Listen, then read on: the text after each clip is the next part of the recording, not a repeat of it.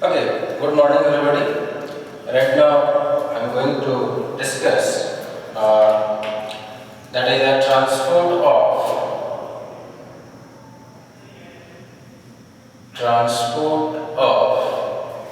respiratory gases. Transport of respiratory gases. First of all, that is the transport of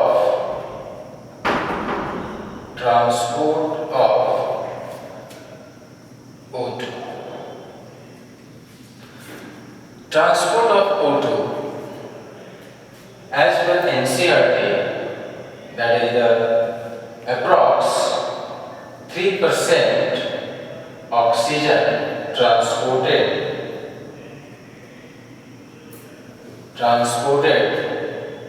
through blood plasma. 3% oxygen transported through blood plasma, while approximately 97% O2 transported by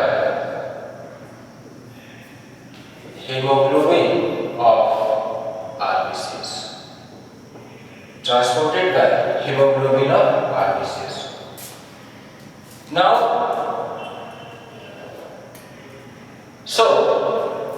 Right now, today I am going to discuss all the mechanics and the chemistry related with this topic, that is the transport of respiratory gases. Now, first of all, we have to know something little interesting fact, like in dissolved plasma, in dissolved state of oxygen in plasma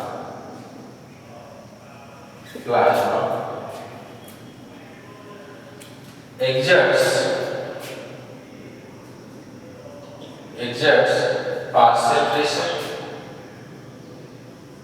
partial pressure. Second,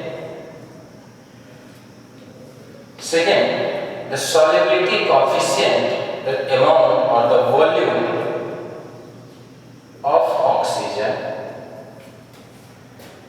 in 100 ml of plasma is approximately 0.4 ml. 0.4 ml. Now,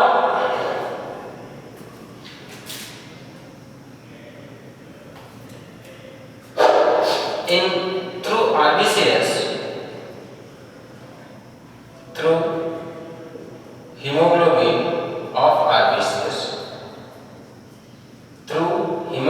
of RBCs, it is approximately 19.6 ml per 100 ml of blood. So, first of all, how calculate this value and that one? So, first of all, for this, it is actually comes from, that is a partial pressure of oxygen in plasma, which is approximately 0.003 ml per 100 ml of blood, multiplied by, that is the solubility coefficient,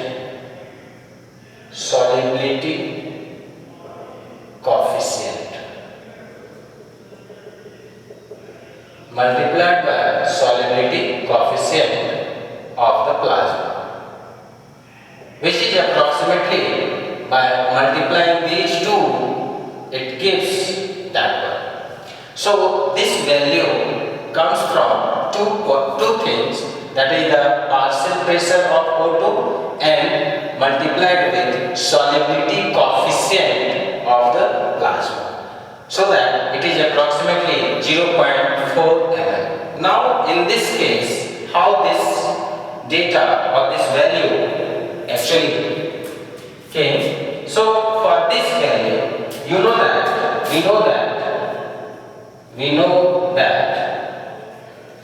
know that approx 1 gram of hemoglobin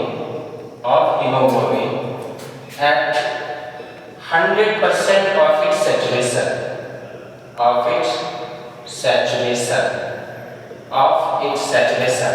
1 gram of hemoglobin at 100% of its saturation carry approximately 1.39 ml of oxygen. Now in somewhere this value written as 1.34 ml of oxygen.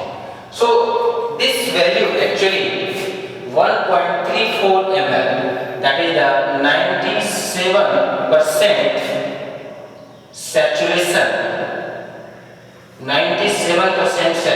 of hemoglobin, and that one is 100% saturation of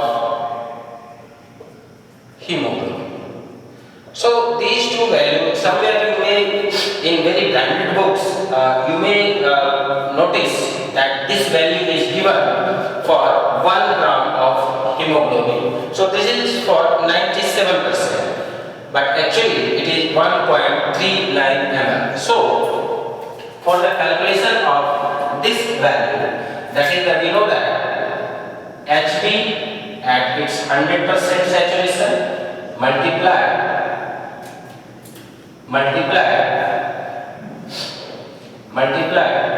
with this 1.39 ml of oxygen.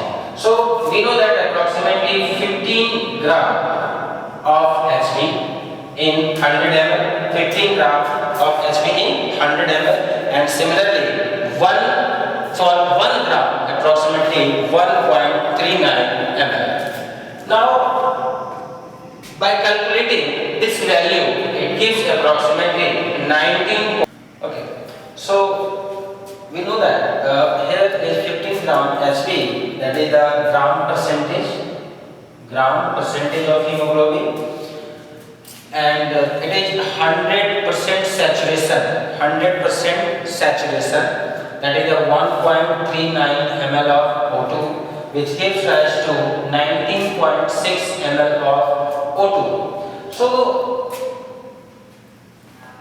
when we add these two values, this one is 19.6 and 0.4 ml. So by adding these two values, that is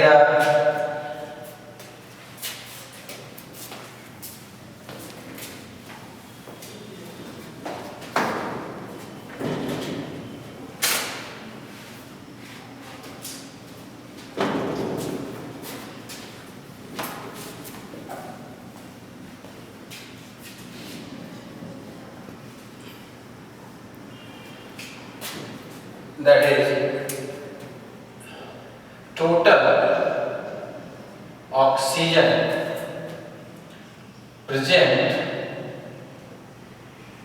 total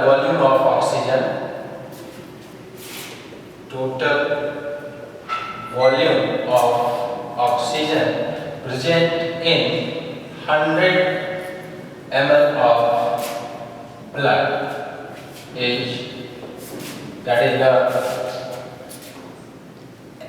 Hb, that is the bound state of oxygen, plus free oxygen in plasma. So that is approximately 19.6 plus 0.4 approximately 20 ml per 100 ml of blood. So this is the value. Now again, there is very important point, that is the, suppose this is the artery and here is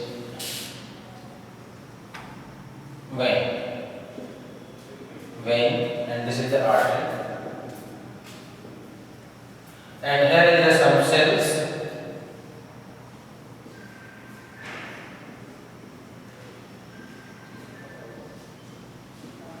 and this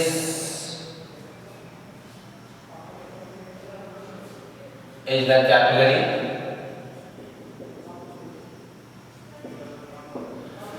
Now cell, so these are the cell.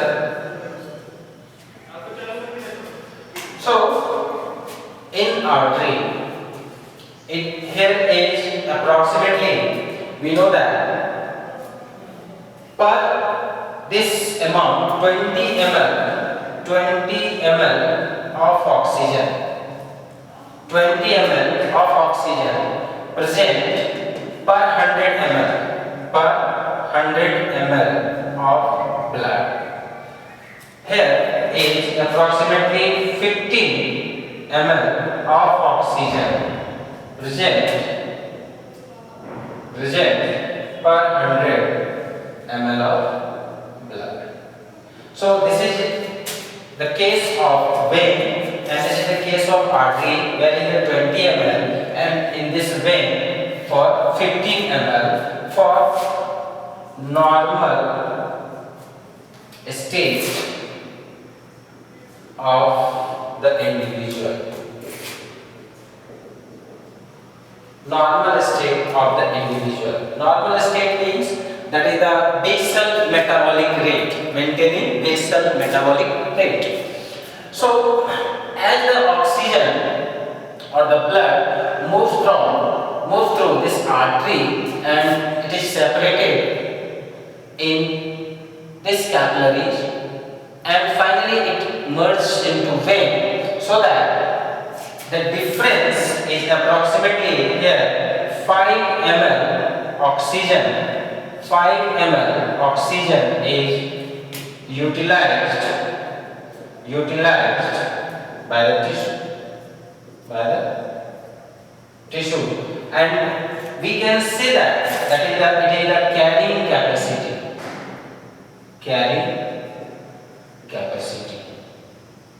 Real carrying capacity of oxygen is approximately 5 ml. This value may be fluctuated when the activity of the body is maximum. When the activity of body is maximum, then here is the value may be 4, 5, something like, or 4 ml or 5 ml O2 per 100 ml of blood. Okay. Now, second thing.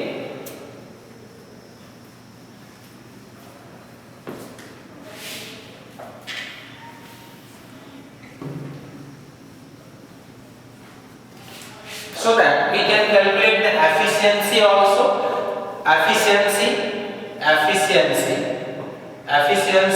that is the 5/20 into 100. So it gives rise to approximately 25% is the efficiency of arterial blood, where the oxygen is actually get utilized.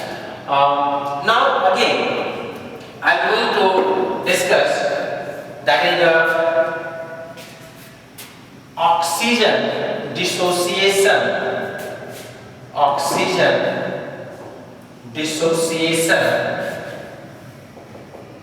curve. Oxygen dissociation curve. In oxygen dissociation curve, we have to focus something more important thing,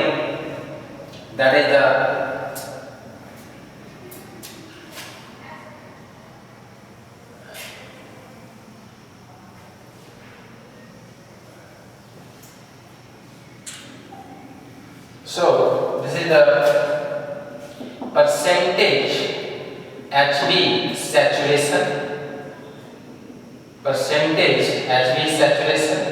This is the partial pressure of O2. This is the partial pressure of O2, and here we have to just measure like that. This is the 10.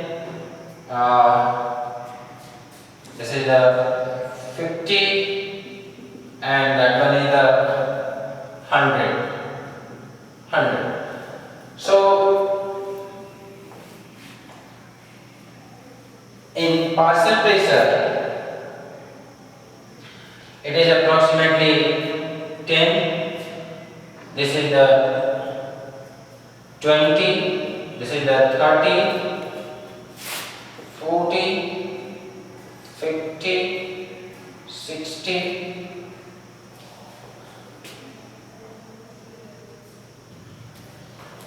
and here is O2 concentration. O2 concentration in, that is the ml per 100 ml of blood. O2 concentration, that is the O2 in ml per 100 ml of blood. So volume or the amount of oxygen per 100 ml of blood. So it may be like that. Suppose we have to notice something like that. It is suppose 20% and it is 22. So that one is the 18, 16, 14, 12, 10, 8, 6, 4, and that one is the 2. Now, it's a very important thing, that is the oxygen dissociation curve is sigmoidal. So it is sigmoidal.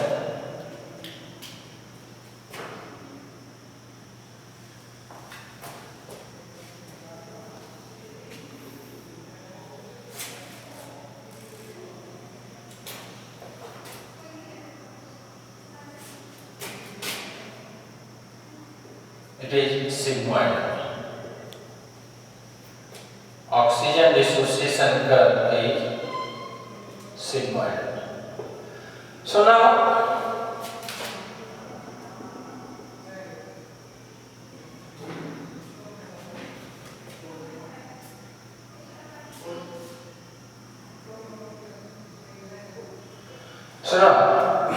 first of all we have to correlate something, that is the percentage saturation of hemoglobin at different partial pressure. So this curve actually establishes the relationship between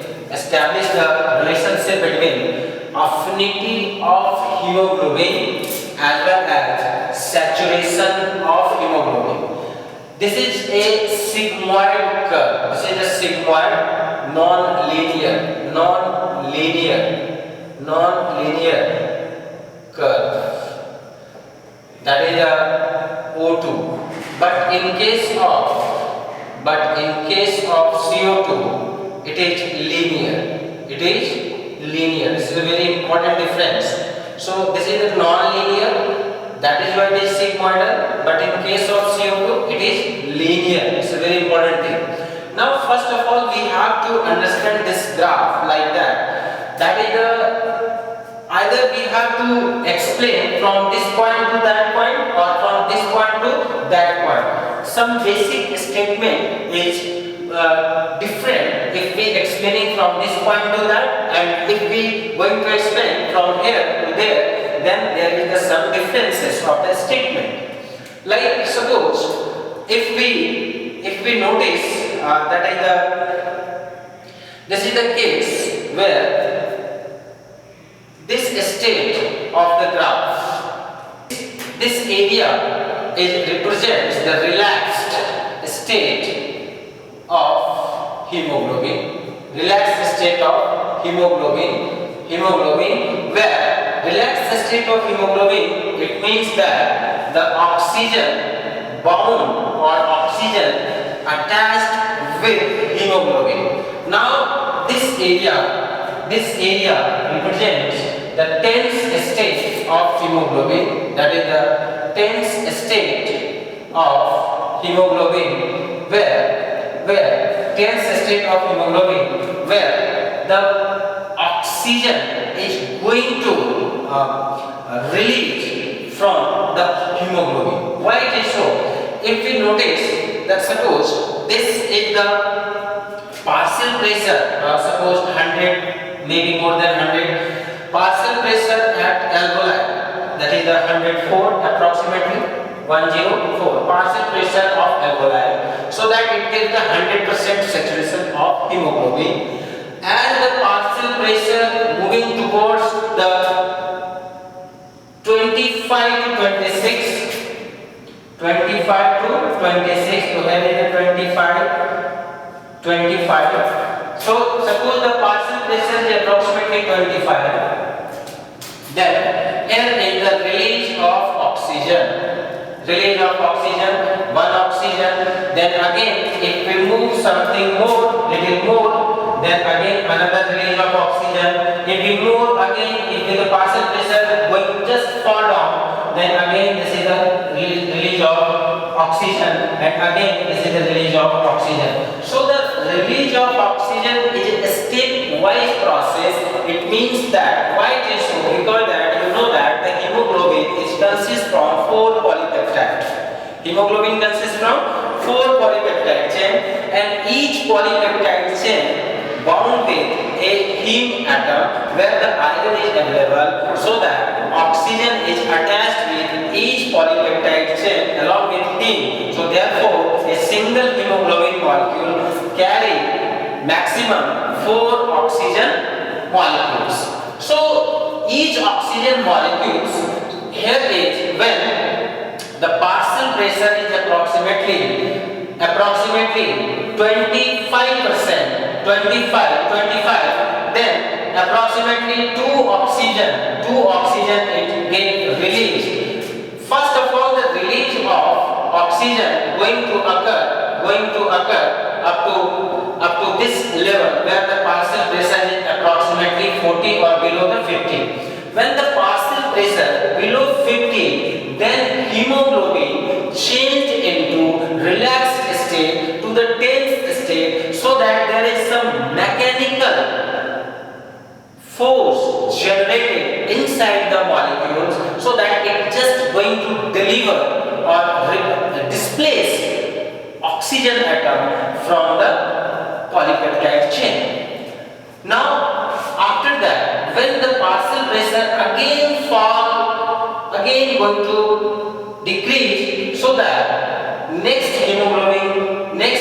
oxygen molecules is released from the hemoglobin, and you can see that this tense state, when the first oxygen is released from hemoglobin, it induces the other polypeptide chain they have to release another oxygen molecules. So finally it is a series of events, so that the oxygen molecules are going to release continuously in a stepwise process, not as a sudden.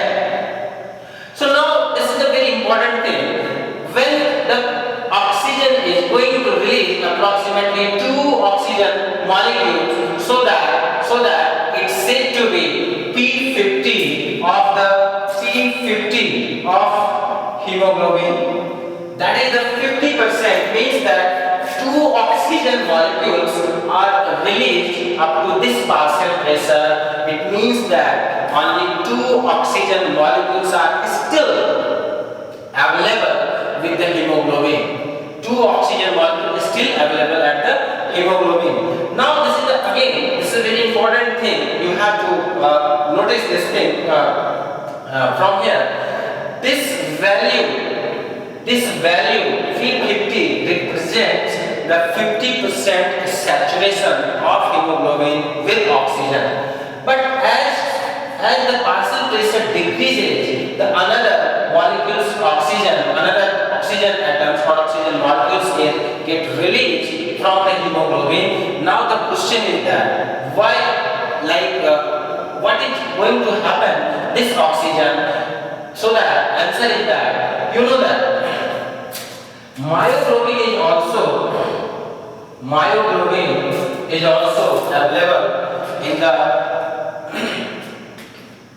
body, and myoglobin is not circulating. It is a stationary oxygen storage protein, which is tertiary structure, which represents the tertiary structure of protein and contains loaded with single oxygen molecules. Why they show? Due to the presence of single iron molecules, single iron atom. So the single iron atom loaded with oxygen, and you notice that this oxygen is utilized or sufficient to maintain the basal metabolic rate. But what is going to happen? This molecule is responsible for the saturation of hemoglobin.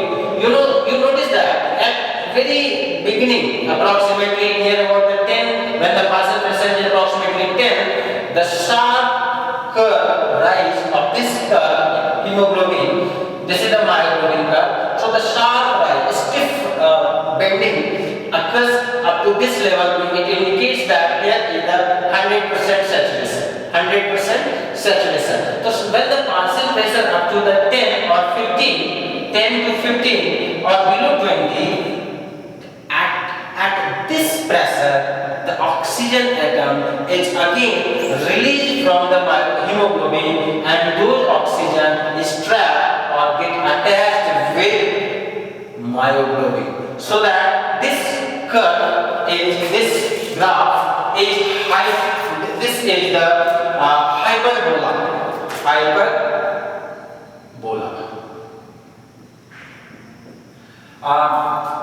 Now this is the sigmoid. Rectangular hyperbola, you can say that. This is the mathematical rectangular hyperbola. This is the mathematical part.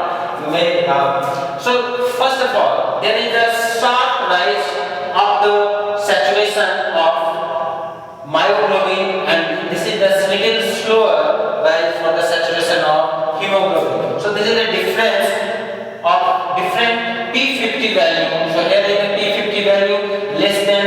So the P50 value of this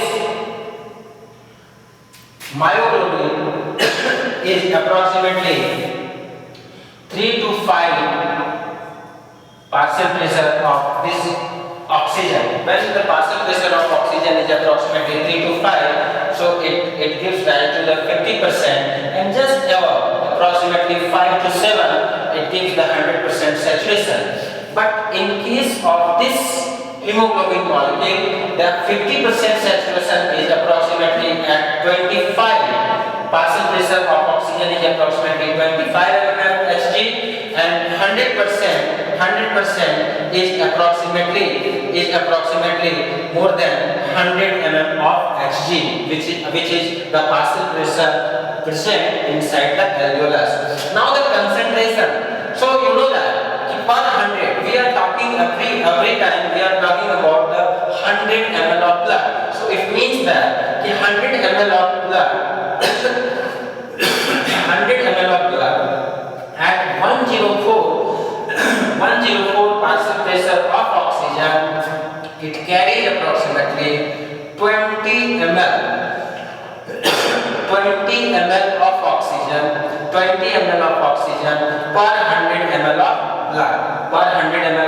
So this is the graph of oxygen dissociation curve, this curve means that the dissociation of oxygen from hemoglobin occurs at different partial pressure. So this is one of the strong fact factor for the release of oxygen from the hemoglobin, but other factor also responsible for the release of oxygen from hemoglobin as well as holding of oxygen by the hemoglobin. So those factors which are discussed in next topic, that is the factor affecting oxygen dissociation graph. So now I am going to discuss those things. So first of all, I am going to just refresh this thing once again. This is the relaxed state where the oxygen, here is Hb4O2 and here is the Hb2O2. So this is the state, this is the relaxed state, and here that is a tense state going to start. Tense state going to start. So this is the very beginning of this graph. So now I am going to discuss that is the factor affecting this oxygen dissociation graph. So now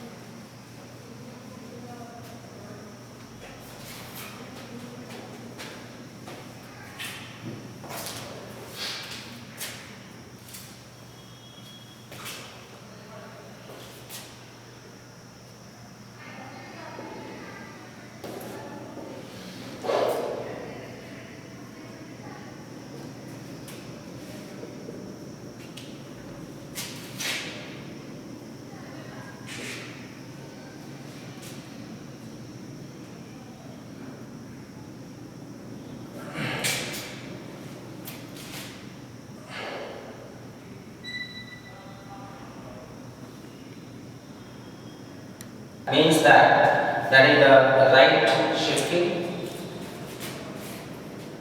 So this is the right shifting, and so this one is the right shift.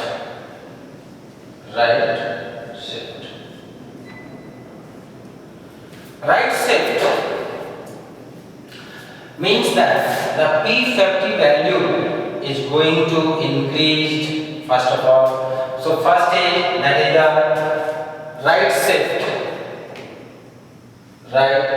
shift of oxygen dissociation graph. So this is the graphical representation actually. So what is the meaning of right shift? So first of all, that is the factors responsible for right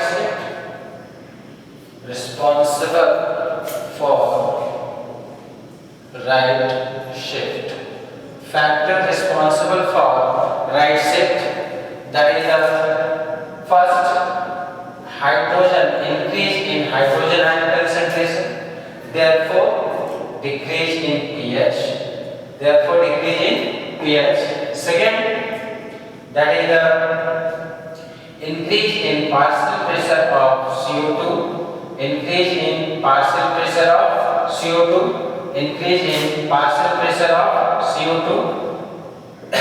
again responsible for the shifting of curve towards the right side, increase in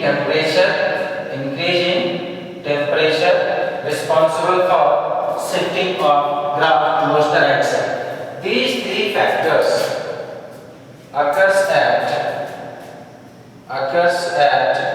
tissue level. Now this is the again fourth factor, that is the 2,3 DPG or BPG.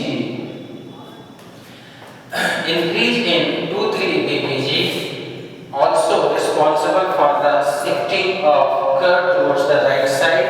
It occurs in RBCS. So RBCS के अंदर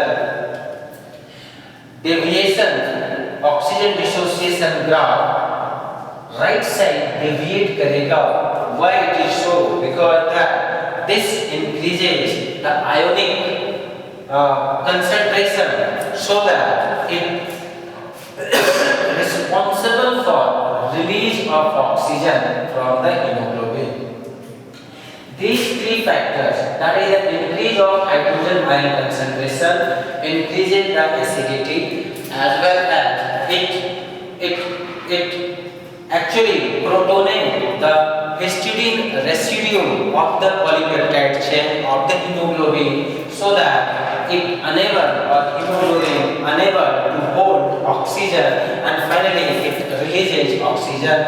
Partial pressure of CO2. When the partial pressure of CO2 increases, so that it is indirectly responsible for increase in hydrogen ion concentration by forming bicarbonate ions, or by the forming of carbonic acid, which dissociate into hydrogen ions and carbonate ions. Now temperature again responsible, because that temperature is responsible for the expansion of molecules, so that it also responsible for the displacement of oxygen from the polypeptide chain. But in human beings, temperature is very unusual things, because that in body basically the temperature are basically at a constant temperature, so the temperature variation is very minimal. But of course the temperature is also play a significant role, or increase in temperature responsible for the shifting of curve towards the right side. So these are the very important things.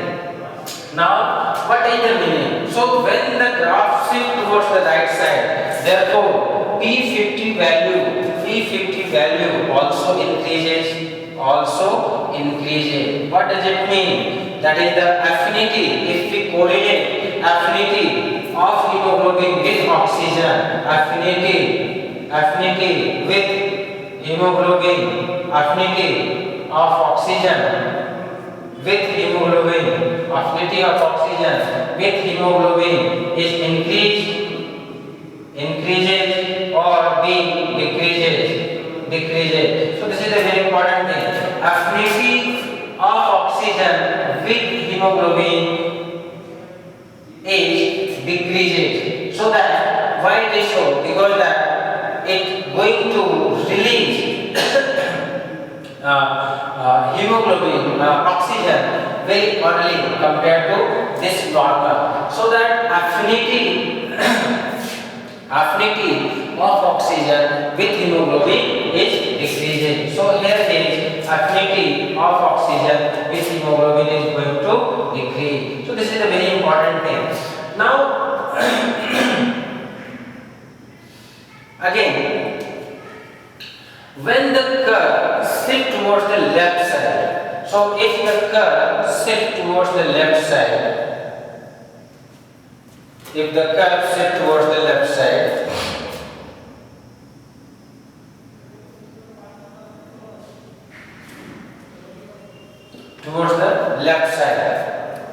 that is the left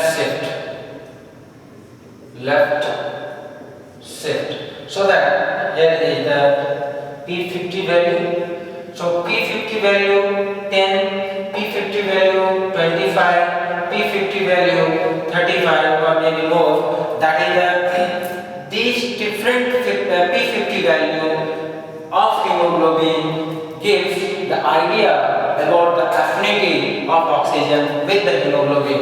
Now again, what is going to occur when the curve shift towards the left side? So first of all, factor responsible for left shift,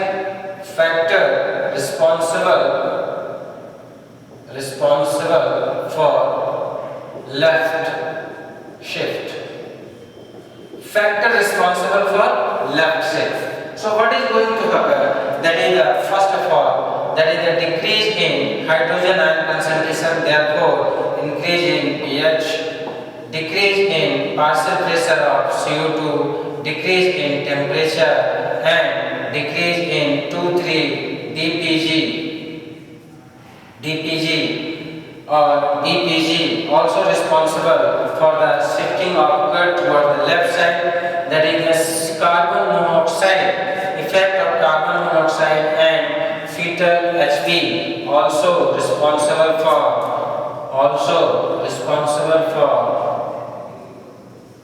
shifting of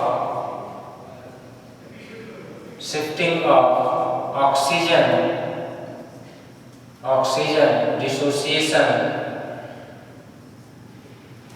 curve towards left side. So shifting of oxygen dissociation curve towards the left side, that is these factors. Hydrogen, decrease in hydrogen ion concentration. Decrease in hydrogen ion concentration means that, first of all, what is the meaning of left shift? Left shift means that is the holding of oxygen by hemoglobin, or we can say that loading of oxygen by hemoglobin. Here is right shift meaning that is the release of oxygen by hemoglobin, or unloading of oxygen by hemoglobin. It occurs at tissue and it occurs at lungs. So these are the two different processes. One is left shift, one is right shift. Now you notice that in all these, this is the normal, this is the right shift, this is the left shift. So normal P50 value for the normal is approximately 25. You have to remember this point. P50 value increases. So here is not the exact data of pure level, but sentences like that, whether it is increases or decreases. So you have to focus this word. P50 value increases, P50 value decreases. So the P50 value increases when towards the right shift or towards the left shift, questions like that. So P50 value increases when the curve shift towards the right side. P50 value decreases when curve shift towards the left side. What is the meaning of right shift and left shift? Right shift means that is the shifting of oxygen dissociation curve towards the right side, and the factors responsible for right shifting is the increase in hydrogen or decrease in pH. This is the major factor, and increase in the partial pressure of CO2. Increase in partial pressure of CO2, that is the responsible for increasing hydrogen ion concentration, therefore decrease in pH. So finally graph shift towards the right side. Right side shift mean, the meaning of right shift is that is the release of oxygen by hemoglobin. How this actually occur, I already discussed earlier, that is when oxygen attached with hemoglobin, then it is relaxed state. The hemoglobin in relaxed state, when all four molecules are attached with hemoglobin, so that hemoglobin are in relaxed state. When the oxygen is going to release from the hemoglobin, so that it changes, or the conformation change towards the tense state. The basic is very advanced. You know that hemoglobin acts as an enzyme, not is simply respiratory pigment or the transporting responsible for the transportation of respiratory gases, but this overall phenomenon occurs as a shifting of mechanical shifting of hemoglobin with oxygen. So now again, this is a very important thing. towards the left shift. When the graph shifts towards the left side, it means that hemoglobin are moving towards the tense state. Tense state going to start when the hemoglobin bind with first oxygen, after that another oxygen, after that another oxygen, and finally hemoglobin converted into R state. Means that the shifting of T state of hemoglobin to R state hemoglobin and vice versa, as well as the shifting of R state hemoglobin to the T state of hemoglobin, describe this phenomenon, that is either moving off towards the left or right, as well as it also indicates some sort of Bose effect and Helden effect. Bose and Helden effect I am going to discuss separately, I'm just it is a clear concept from this point of view, left and right shift, meaning of left shift and meaning of right shift, factor affecting left shift, factor responsible for the right shift. Now I am going to again summarize this thing into like as a Helden effect and Bose effect. Now Helden and Bose effect,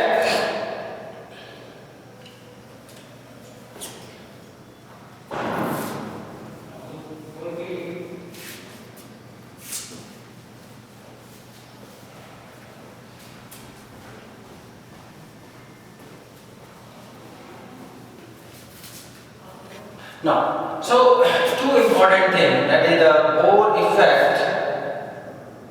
Bohr effect and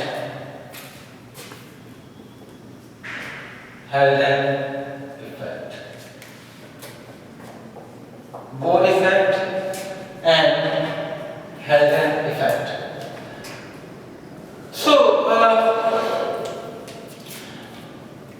like in Bohr effect, that is the oxygen, it occurs at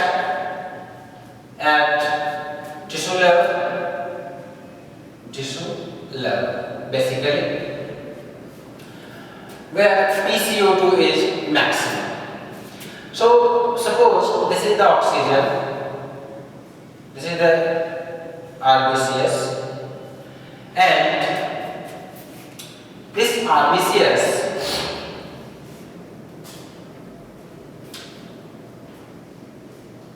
CO2 entered into this RBCS.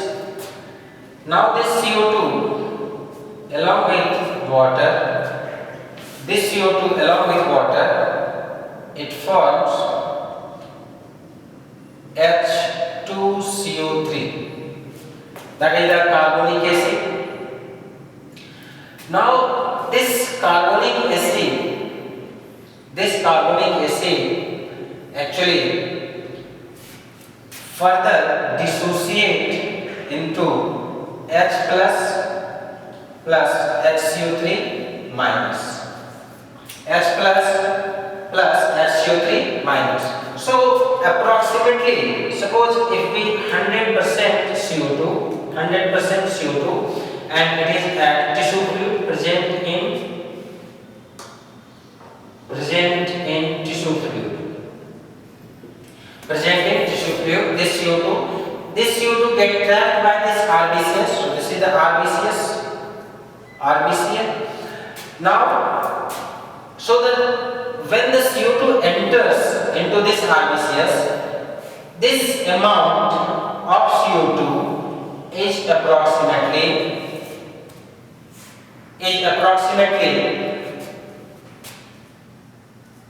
this amount of CO2 which are formed into this HCO3, which moves out into the plasma, so that Cl minus shifted inside the RBCS. This is called chloride shift or hamburger phenomenon.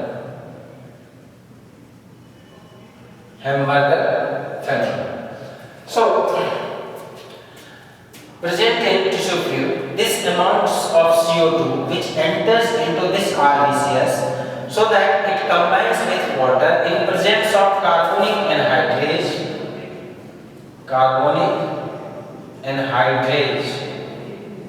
One of the fastest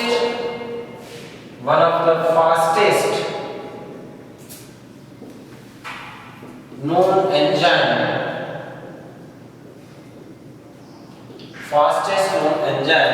in living system.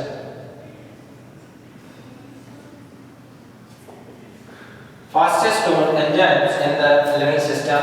Carbonic anhydrase, which combines or which convert this CO2 and H2 into HCO3, and this HCO3 is unstable product,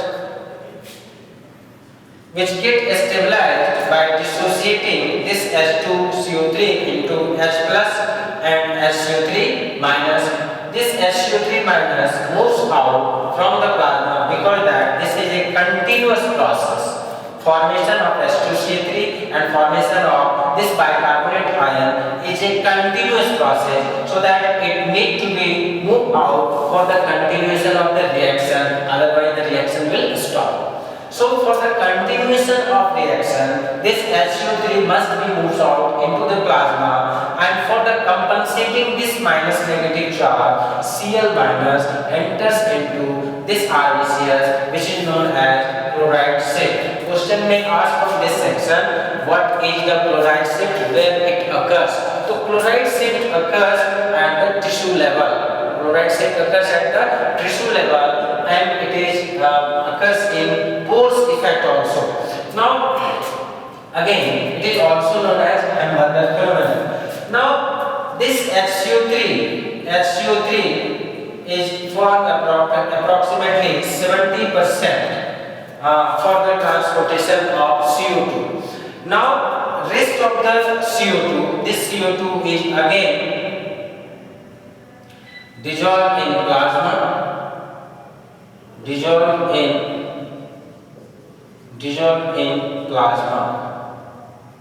and some of the CO2 enters HB. Now I am discussing this pore effect at tissue level. So from where these blood cells actually coming at the tissue level, means कहाँ से ये blood cell actually कहाँ से रहा? First of all we have to think about that. So हमें ये पता है कि this blood cells moving from the left side of the heart, means that this is the part of systemic circulation, and the systemic blood comes from the lungs. So this blood actually loading with Hb4O2. This blood is loading with Hb4. This RBCS have Hb4O2. So inside this RBCS, first, CO2 enters into this. Now these two events are going to simultaneously. What are those events? So now these bloods have 4 molecules of oxygen. These 4 molecules of oxygen is going to release when this hydrogen attached with hemoglobin. This hydrogen attached with hemoglobin means that the hydrogen or an electrophile protonate or strike to the histidine residue of the polypeptide chain of this hemoglobin, means that the histidine and amino acid in the polypeptide chain of the hemoglobin, so that this electrophile strike or bound or attached with the amino acid, so that the conformation of polypeptide is changed and it release oxygen at tissue level, release oxygen into the plasma, and so that plasma to the tissue fluid. So the release of oxygen occurs when that is the hydrogen ion is bound with hemoglobin. I discussed earlier, increase in hydrogen ion concentration. Increase in hydrogen ion concentration shift the oxygen dissociation curve towards the right side. And what is the meaning of right side? The meaning of right side is that is the release of oxygen from the hemoglobin molecules. Release or displacement of the oxygen from hemoglobin molecules.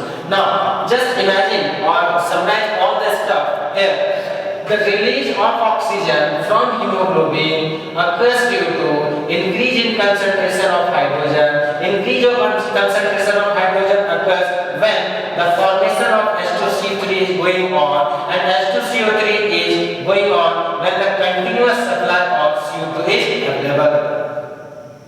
So from the tissue fluid, CO2 supply into the RBCs where it combines with water in presence of carbonic anhydride, it forms by carbonic acid, which is an unstable product, and this carbonic acid dissociated quickly in hydrogen ion and bicarbonate ion. This hydrogen ion protonate the histidine residue of the hemoglobin, which is responsible for the release of oxygen.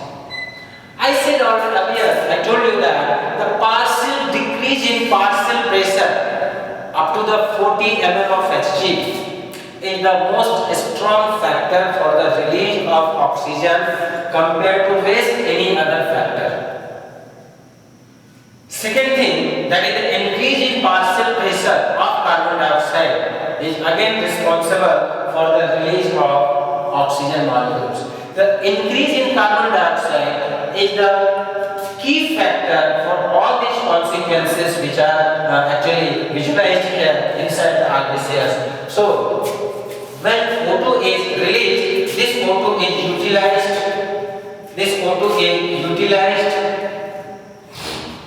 O2 is utilized by tissue, that is the complete TCA cycle of or Krebs cycle. Now, so that byproduct CO2 is formed as byproduct. CO2 is formed as byproduct in tissue fluid, and this CO2 and then this CO2 again attached with water, and so that it forms byproduct. So again, this is the case of one of the RBCs. Now I am going to discuss the another RBCs.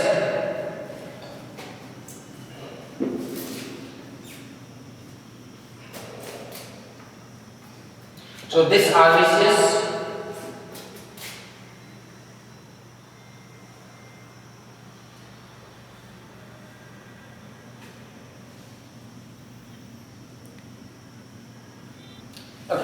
so just we consider this RBCs here, that is the HB HCO2, and here is SCO3 minus and Cl minus. So it moves like that, and release of oxygen from hemoglobin, and here is the CO2 and H2O continuously form H2CO3, and finally H plus SO3 minus. So this is a state called carb amino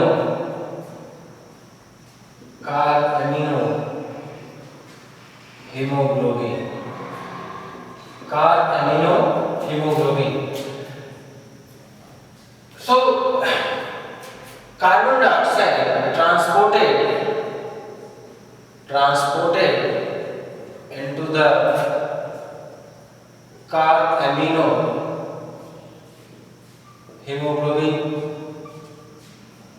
hemoglobin state and its percentage approximately 20 to 25%. 20 to 25%. Therefore, dissolve approximately 5%, 5 to 7%, 5 to 7%, 5 to 7% in dissolved state. CO2 transported 5 to 7% in dissolved state. CO2 transported 70% as bicarbonate in plasma, and CO2 transported, that is the bound state. So this is the bound state of CO2. Bound state of CO2 transported with bound state in approximately 20 to 25%, and it is approximately 20 to 25%. Now, so again, if we move towards this section, that is the RBCS at tissue level, and now this RBCS reaches at alveoli.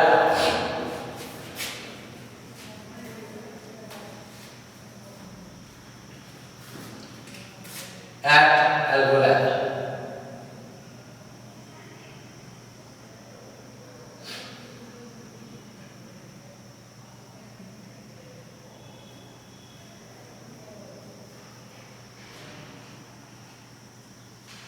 At lungs alveoli. At lungs alveoli. So what is going to occur? Here is inspiration and expiration. Now, inspiration, that is the O2 at high partial pressure. So O2 at high partial pressure. So O2 attached with this hemoglobin again and releases hydrogen ion, entry of HCO3 minus and release of Cl minus. This is the reverse chloride shift at the alveolar tissue, at the lungs. So this HCO3 plus H finally form H2CO3, and this H2CO3 further dissociated into CO2 and H2O. This CO2 moves outside into the alveoli, where the partial pressure is low. Here the partial pressure of oxygen.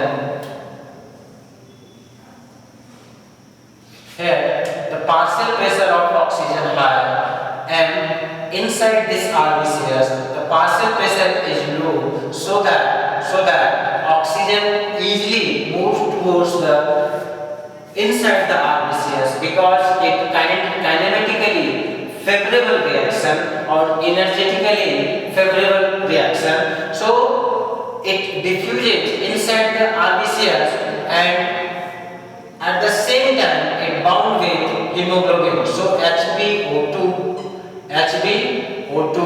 Now this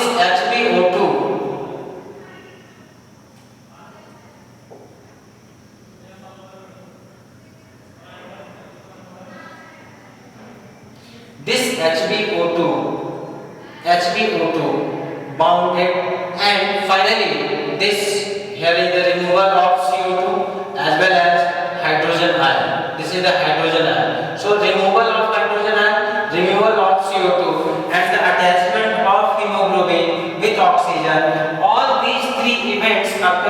simultaneously, means that एक साथ ये तीनों events एक साथ होते हैं। क्या होता है?